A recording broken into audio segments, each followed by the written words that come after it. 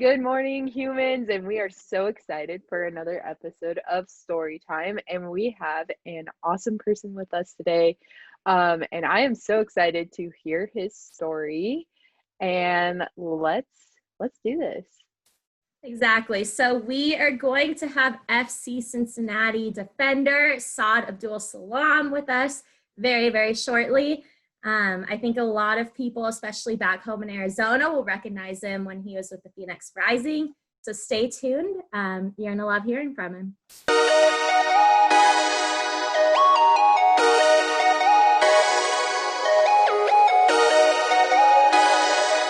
Welcome back. We are here with FC Cincinnati Defender Saad Abdul-Salaam. Saad, how are you? It's been a while since I've seen you. How are you hanging in there?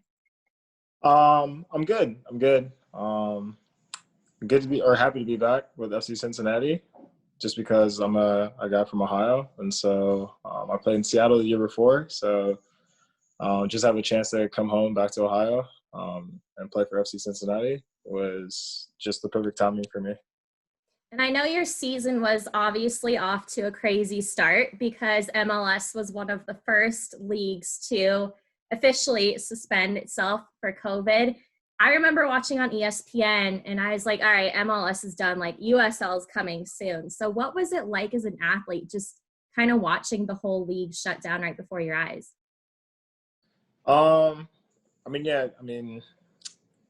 Once we kind of heard that the NBA got it with Donovan Mitchell and Rudy Gobert, it was mostly that kind of sparked, especially everything else in the United States in terms of sports. It kind of sparked a real worry and a real serious concern for COVID. And so we knew shortly after that happened with the NBA that it was most likely that our league would shut down as well. And then soccer was one of the first sports, if not the first sport, to come back. So luckily for you, you got to be in the bubble in Disney World. So jealous. I know it's obviously different rules and you can't really hang out with friends from other teams, but what was the whole bubble experience like? It was pretty much just like a summer camp. You can just kind of see all your friends from all the other teams, and it's kind of this really weird dynamic because, you know, you have to obviously play them. Obviously, when the game goes on, you're not friends, and you're going to see that person right after the game, and that goes like the same for refs. So it's kind of weird because maybe you saw a ref make a bad decision, and then you have to see him like later in the hotel, like walking around. So it's kind of a weird dynamic, but it was cool. We got our own room. The food probably could have been a lot better, but that was probably like my only gripe. And then, yeah, we still got to see and briefly hang out with other guys, obviously following the guidelines that they provided for us. So did you get to see T or James at all? Because you guys were all at the same hotel, right? Yeah, we're all in the same hotel. I got to see them and talk to them in passing, maybe a little bit before their game. But the schedule was kind of intense. Well, it wasn't intense. It was just kind of like busy all the time. So you never really had time to sit down and talk with anyone. So what was it like just day to day? Because I know trying to follow on social media and see like what the athletes were going through, it just seemed to be a lot. So from when you woke up, just kind of explain just with the restrictions and everything like that, what you had to do until you got on the field for practice or a game. It just kind of depended on the day. So some days we would wake up and maybe like that week of training before our game, we had morning practices, or sometimes it could be at night. And so that could shift your whole schedule. But some days you would have to take your COVID test. You would have breakfast. You would have your treatments. You would have like a pool or a gym workout. And then you would go to the field and you would have treatments and you'd have dinner. And then by that time you're exhausted from everything else, and then you would just go to sleep. And that was kind of a repeat type thing. And then the rough days, it wasn't too bad. You would have to plan it out a little bit ahead, but there was still like mini golf or mini putt, and you could do like sand volleyball, and then there's other like soccer based games that was like pretty fun to do there. Did you guys get the NBA barbershop type experience, or was that all after you guys left? I'm pretty jealous of that, but I think that's all after we left. Dang. So now that you're back in Cincinnati, are you able, like, do you still have family there? Can you see them? What is it like actually being back in the real world now? It was a little bit of an adjustment actually. Coming back after the bubble, being like a civilized citizen again, because now you had to go out and you had to like get your own food instead of like having it provided to you. And then one of the craziest things you kind of realize is that in the bubble, like obviously everyone was told to wear a mask and keep your distance. And then when you come back outside the bubble and you see everyone that like doesn't really follow the guidelines, it kind of like throws you off and you're like, maybe I'm just so used to it now. Like I would always have a mask on or anything like that. And so I think that was just one of the adjustments, is just seeing how like once we got outside the bubble, it wasn't, people didn't follow it the same or as they should and take it as serious as they should. So I think that was one thing. And have you guys been able to have fans yet or no? No, we have no fans. I've gotten to see like my family a little bit. I know you asked me that. I gotten to see my family a little bit because they live in Columbus, and that's only an hour and a half, or yeah, it's mostly like an hour and a half away from Cincinnati. So I get to see them every once in a while, but I still don't go home as much. I don't want to like take the risk because I still travel. They don't really travel, so I just kind of try to minimize it the most and just stay put. That's smart though. Like I think for us, we are allowing 250 people for Saturday's match. I know Phoenix has had 1,000 people for what, Ashley? The last like 3 matches or something? Yeah, 3 matches. I think they're going to be letting more in soon. So, yeah, we'll see what happens. Yeah, it's been crazy. But I know like for us, our players, since they all came back, well, actually the shutdown, they weren't even allowed to leave Reno or weren't supposed to for a little while.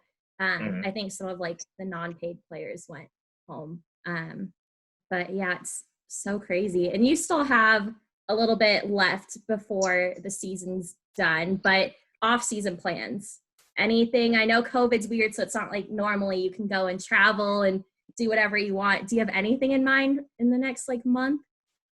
Yeah, I don't know. That's tough. I mean, obviously, I still kind of want to travel and go places, but if I do, I'll probably take like a road trip. I won't like fly. I'll try to like minimize it the most. And road trips are fun.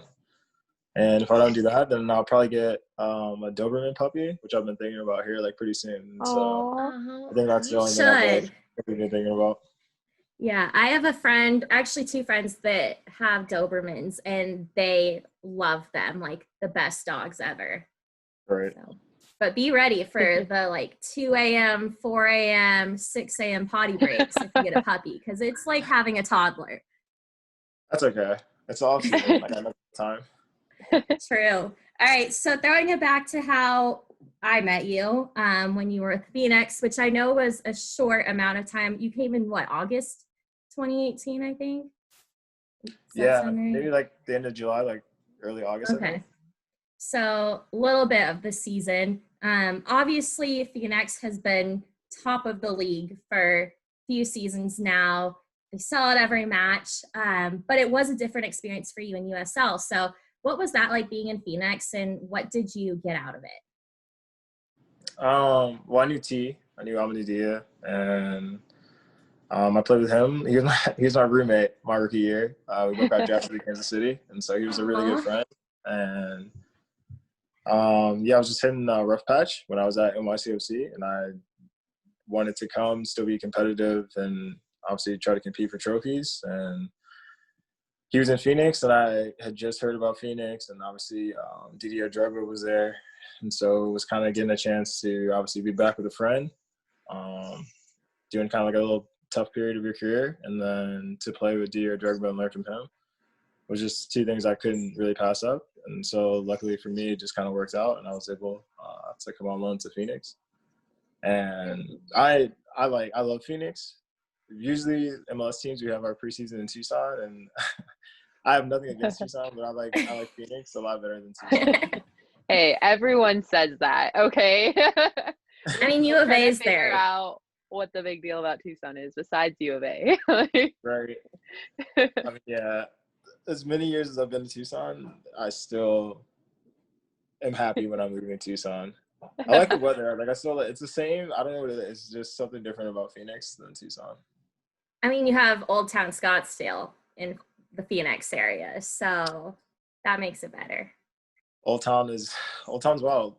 Isn't during COVID right now, like Old Town has to be shut down for a little bit. It was. I know 3 bars. I think like Bottle Blonde. I'm totally throwing them under the bus right now. And then there was like 2 others that were open for a day, and then they totally just like violated. I think it was like 6 safety rules. So then they shut them down the next day, and I think they just reopened. But I know Old Town, like, I haven't gone there, but I know people have been there, and I know people have been at Mill. Did you go to Mill? It was like the ASU area. Oh yeah, okay. Yeah. So people have been there, and that's probably why COVID is still crazy in Arizona. But all right, so after Phoenix, you went to Seattle Sounders, and I was so excited. You know, I was born in Seattle. My dad still worked there all the time. Best weather ever, in my opinion. How was that? And then, I mean, they won it all. So you kind of had like the best experience, I would assume, with them. What was that like? Yeah, no, it was really, looking back to 2018 when I went on loan to Phoenix. Obviously, I didn't really get the games, or I wasn't playing as much at NYCFC. And so to go on loan to Phoenix and go to the finals and end up short, and then I end up going to Seattle and then going all the way and like winning the trophy, I think that's what makes like those 2 years or year and a half special for me. And then yeah, Seattle is a special place. Like I fell in love with it. I wasn't. It's really far away from home. As I was like, I'm from Ohio, so it was really far away from home. And just getting there when it was like really cloudy, I didn't really understand what everyone was saying until like a sunny day actually hit, and like it was like you could see the water and the mountains and everything, and I saw like, okay, this is why people love it, and I ended up falling in love with it. The weather's not bad. I think it actually rains like more here in Cincinnati than it does in Seattle. Like I love the Seattle weather as well. I'm still like a desert kid now apparently because I love Phoenix so much, but the Pacific Northwest is probably my second favorite now. So would you ever plan a move back to Phoenix then, maybe after soccer? Think you could live there? Yeah, no, I mean, that's not out of the question. I would definitely move back towards Phoenix or towards Seattle even. I think I like the West Coast. So I think I found myself back over there somewhere. So how did it work? I know, obviously there was a period after Seattle released you and then before you ended up back in Cincinnati. So what was that like, trying to land with the team, but then I know you said it was so nice to be back home. So what led to you returning home? Just noticing how far away Seattle was from home. I think that was like probably the most important thing I realized and took notice of. But for me, I was lucky. There was an expansion, or not an expansion. That was like a re-entry draft, I think it's called in the league. But I had already gotten word from Cincinnati that they were interested. And so the whole process for me was a little less like stressful. It was mostly determining if I wanted to stay in Seattle. I had a few other options that I could have taken, I guess, to go other places. But Cincinnati was number one for me just to get back close to home. That's great. And I know I only live a state away from Arizona, and I know I'm homesick all the time. So I can only imagine living across the country and how tough that was. But I guess now going back to something Ashley had talked about earlier was there are so many athletes right now, especially during COVID, that are really losing motivation to return to the sport. I saw an article yesterday that there's a good percentage of kids that they've been in quarantine for so long, they gave up on their passion. So for all the soccer players out there that haven't been able to play with their team or haven't been able to have games and are having trouble staying motivated, what advice would you give them to keep going? That's actually a really good question. I'm kind of dealing with that a little bit in the same way because I've been injured most of the year. And so obviously I'm not playing. I'm just getting treatment and rehab. And so in a sense, I kind of understand where they're coming from, that you've been away from the game for a while, but it's just the love of the game, just being around it. And it, like, as much pain as it is, like, not being out there, helping your teammates compete and try to win and representing yourself and your family, it's mostly just being around it. I think once you get back around it and you get in the atmosphere and you get back out there and you're kicking the ball, just the joy and the love will, like, come back. It's not gone. It's just you haven't done it a little bit. It's just like riding a bike. So it's nothing to be concerned about. It's just tough times right now, obviously. I mean, everything is just kind of a little held up from COVID. Oh, that's great advice. It was actually Ashley's question that I just stole from earlier. So she gets all the credit for that. But thank you so much for joining us. I told you we keep it easy, keep it fun. We really appreciate it. We know how busy you are. So thank you for chatting, and hopefully we get to see you soon in Arizona.